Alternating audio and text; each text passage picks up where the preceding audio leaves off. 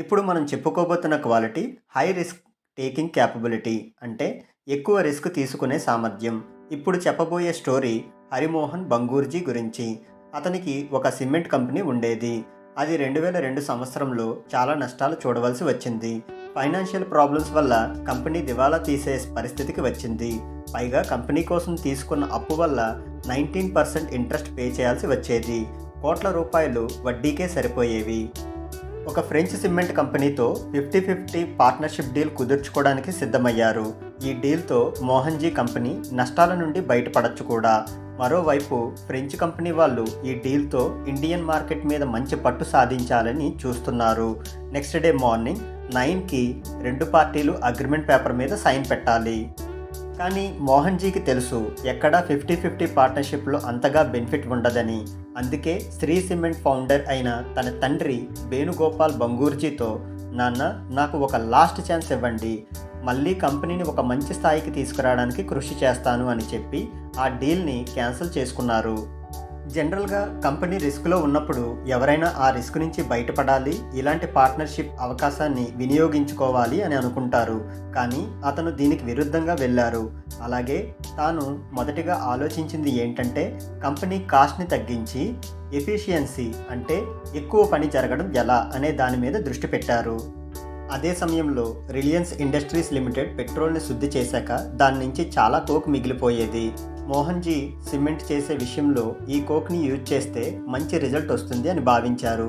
ఎందుకంటే కోల్కి బదులుగా కోక్ని ఉపయోగించడం ద్వారా 40% రేట్ వారికి మిగులుతుంది కాబట్టి. కానీ ఈ కోక్ని యూజ్ చేసే టెక్నాలజీ యూరోప్లోనే బాగా ఉపయోగించేవారు. దాంతో అతను తన టీంలో కొంతమంది ఇంజనీర్లని యూరోప్కి పంపించారు. వారు అక్కడ బాగా ట్రైన్ అయ్యి వాటిని ఇక్కడ అమలు చేస్తారని భావించారు. అయితే 2003లో వల్లభ్ బన్సాలీజీ అనే ఒక ఇన్వెస్టర్ మోహన్జీ కంపెనీని విజిట్ చేసినప్పుడు ఆ ఇన్వెస్టర్ అక్కడ ఒక విషయాన్ని గమనించారు. అది ఏంటంటే కంపెనీలో ఉన్న నార్మల్ వర్కర్ నుండి కంపెనీ చైర్మన్ వరకు అందరికీ ఫ్యాక్టరీలో జరిగే ప్రతి విషయం మీద ఒక మంచి అవగాహన ఉండడం. దాంతో అతనికి నమ్మకం వచ్చి ఆ కంపెనీలో ఇన్వెస్ట్ చేయాలని నిర్ణయించుకున్నారు. అలా 2003 నుంచి 2004 చివరి నాటికి కంపెనీ ఫైనాన్షియల్గా స్ట్రాంగ్ అవ్వడమే కాకుండా ఆదాయం 10 సంవత్సరాలలో 6 కోట్ల నుంచి 1000 కోట్లకు పెరిగింది.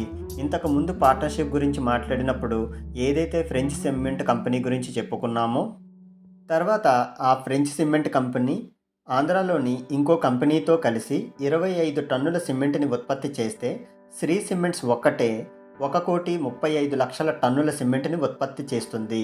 అంతేకాకుండా ఈ కంపెనీ ఆ ఫ్రెంచ్ కంపెనీని కొనే స్థాయికి ఎదిగింది. కొన్నిసార్లు మార్వడీలు తమ బిజినెస్లో కొత్త వ్యూహాలను రచిస్తూ సక్సెస్ వైపుకు నడిపించడానికి ఎంత పెద్ద రిస్క్ అయినా తీసుకుంటారు అని దీని నుంచి మనం చెప్పచ్చు. నేను ఈ వీడియోని 5 పార్ట్స్లో చేశాను. ఒక్కో పార్ట్లో మార్వేడీలో సక్సెస్ అయిన ఒక బిజినెస్ పర్సన్ గురించి చెప్పడం జరిగింది. మిగిలిన పార్ట్ వీడియో లింక్స్ అలాగే ఫుల్ వీడియో లింక్ ఈ వీడియో డిస్క్రిప్షన్లో ఇచ్చాను, చూడండి. మళ్ళీ ఇంకో మంచి కాన్సెప్ట్తో మీట్ అవుదాం. మీకు ఈ వీడియో కనుక నచ్చినట్లయితే లైక్ చేయండి, షేర్ చేయండి, అలాగే మా ఛానల్ని సబ్స్క్రైబ్ చేసుకోండి. Thank you.